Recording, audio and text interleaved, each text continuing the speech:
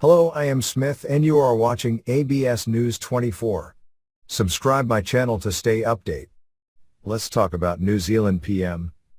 New Zealand's Prime Minister Jacinda Ardern has cancelled her wedding after announcing new COVID restrictions. The entire country is set to be placed under the highest level of COVID restrictions after an outbreak of the Omicron variant.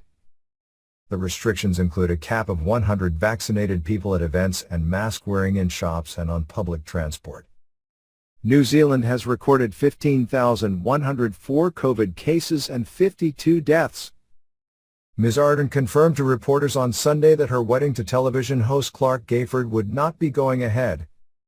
I am no different to, dare I say it, thousands of other New Zealanders who have had much more devastating impacts felt by the pandemic, the most gutting of which is the inability to be with a loved one sometimes when they are gravely ill, she said. That will far outstrip any sadness I experience, she added. New Zealand to reopen to vaccinated visitors. Men caught sneaking KFC into lockdown hit Auckland. The new restrictions come into force at midnight on Sunday local time, 11 o'clock GMT. It comes after a cluster of 9 Omicron cases were confirmed.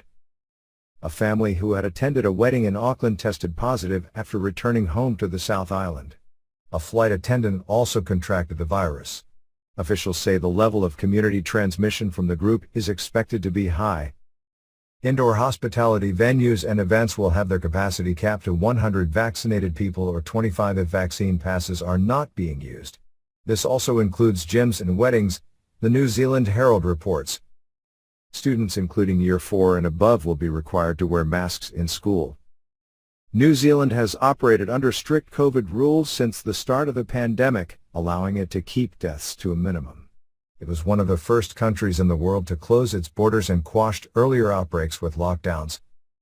But since the emergence of the Delta variant, Ms. Ardern has switched from a total COVID elimination strategy to pushing for higher vaccination rates and treating the virus as endemic. It's thought that about 94% of the country's population over the age of 12 is fully vaccinated and 56% of those have had their boosters.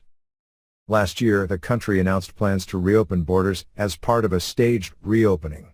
Foreign travelers will be the last group to be granted entry into the country from 30 April.